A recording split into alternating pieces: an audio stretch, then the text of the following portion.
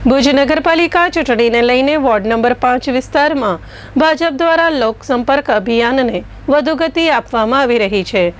આ અંતર્ગત ભાજપના ઉમેદવારો કૌશલ સુરેશચંદ્ર મહેતા, નસીમા ઇબ્રાહિમ ખાન પઠાણ, નાનભાઈ હર્ષદભાઈ સંજોટ તથા હિરેન રમેશભાઈ રાઠોડે વિવિધ વિસ્તારોમાં સક્રિય હાજરી નોંધાવી હતી।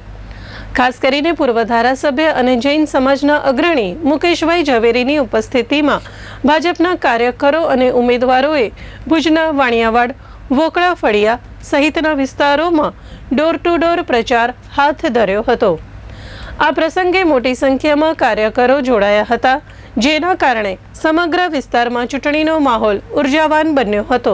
લોકસંપર્ક દરમિયાન સ્થાનિક નાગરિકોએ ઉમેદવારો અને ભાજપના અગ્રણીઓનું ઉમળકાભેર સ્વાગત કર્યું હતું। અનેક સ્થળોએ લોકો દ્વારા ભાજપના સમર્થનમાં ઉત્સાહ વ્યક્ત કરવામાં આવ્યો હતો, જે અભિયાનને વધુ મજબૂતી આપતો નજરે પડ્યો હતો।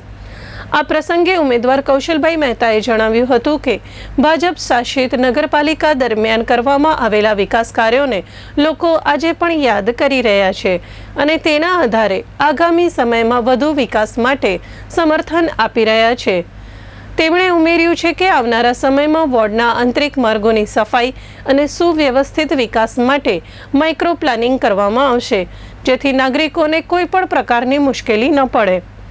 પૂર્વ ધારાસભ્ય મુકેશભાઈ ઝવેરીએ પણ આ અવસરે મીડિયા સાથે વાતચીત કરતા જણાવ્યું હતું કે ભાજપ હંમેશા વિકાસને કેન્દ્રમાં રાખીને કાર્ય કરે છે અને આવનારી ચૂંટણીમાં પણ વોર્ડ નંબર 5માં ભાજપને વિશાળ સમર્થન મળશે તેવી તેમને પૂરી આશા છે। વોર્ડ નંબર 5ની અંદર ડોર ટુ ડોર અને લોકસંપર્ક અને રોડ શો કરી રહ્યા છીએ।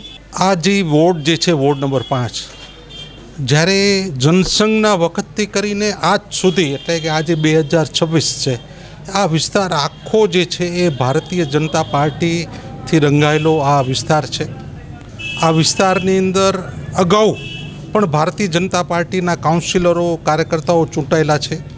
આ વિસ્તારની અંદર ખૂબ વિકાસના કામો થયા છે, નાના નાનાથી કરી અને મોટા સુધીના જે કંઈ પ્રશ્નો, રોડ, રસ્તા, ગટર ને પાણીની લાઈન જે છે, બાકી બધા ટ્રાફિકના પ્રશ્નો છે, આ વિસ્તારની અંદર આ વિસ્તારના કાર્યકર્તાઓએ ઉકેલા છે અને ખૂબ ઉત્સાહ છે। અને અમારો આગ્રહ છે બધા લોકોને કે ભાઈ 26 તારીખના વહેલી સવારે 7 વાગે મતદાન શરૂ થઈ જશે અને મતદાન શરૂ થાય એ ભેગા આપણો જે વિસ્તાર જે છે એ મતદાન કરવા નીકળી પડે એવો અમારો આગ્રહ છે। નહીં, 2001 પછી આખું ભુજ બદલાયેલું છે। પહેલાં 7 કિલોમીટરની અંદર ભુજ હતું, અત્યારે 67 કિલોમીટરની અંદર ભુજ આવી ગયું છે પેરીફેરીની અંદર। અને આ 67 કિલોમીટરની અંદર જે ભુજ આવ્યું એનો જે વિકાસ તમે જુઓ ને તો એ મોટા સિટીને પણ શરમાવે એવો આ વિકાસ છે એ ભુજ શહેરનો થયો છે। અને મને એમ લાગે છે કે બીજા બધા લોકોને પણ એમ થાય કે આપણે ભુજમાં રહેવા આવીએ।